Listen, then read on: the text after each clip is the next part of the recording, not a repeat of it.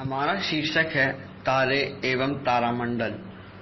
बच्चों, आज हम तारे एवं तारामंडल के बारे में पढ़ेंगे। बच्चों, आपने रात को तो तारे देखे ही होंगे। चाहे आप कहीं भी चले जाएं, आपको आसमान में रात को तारे तो दिखते ही होंगे। क्या आप तारों के बारे में कुछ जानते हैं? आइए बच्चों, अब हम बताते हैं कि तारों के बारे में। तारे अपना प्रकाश उत्सर्जित करते हैं। दिन में भी तारे होते हैं, पर प्रकाश की वजह से नहीं दिखते। सूर्य भी एक तारा है। क्या बच्चों आप ध्रुव तारे के बारे में जानते हैं? यह एक सामान्य तारों की तरह गति करता प्रतीत नहीं होता और वह पृथ्वी की अक्ष की दिशाओं में स्थित होता है। अब हम तारामंडल के बारे में पढ़ेंगे। तारामंडल किसे कहते हैं और तारामंडल कैसा दिखता है? चलो बच्चों, पहचाने जाने योग्य आकृति वाले तारा के समूह को तारामंडल कहते हैं।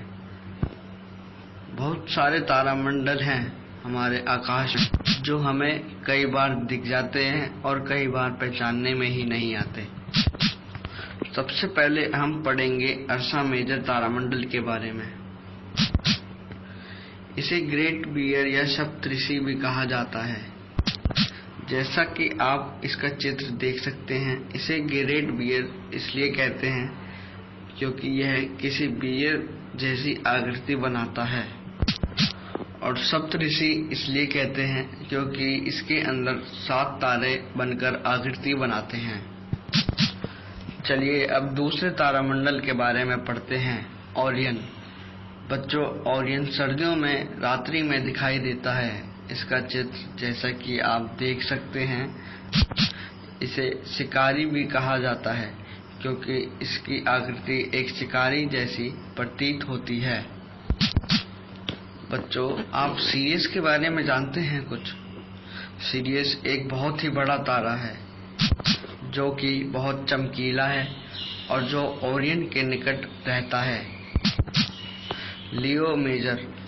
बच्चों, आपके लियो मेजर के बारे में जानते हैं? लियो मेजर एक तरह का तारामंडल है। जैसा कि आप देख सकते हैं, इस चित्र में लियो मेजर की आकृति दिखाई जा रही है।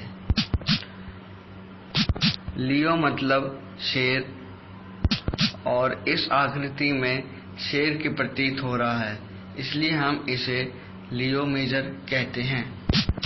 अब हम कैसियोपेया के बारे में पढ़ेंगे। यह भी एक तरह का तारामंडल है।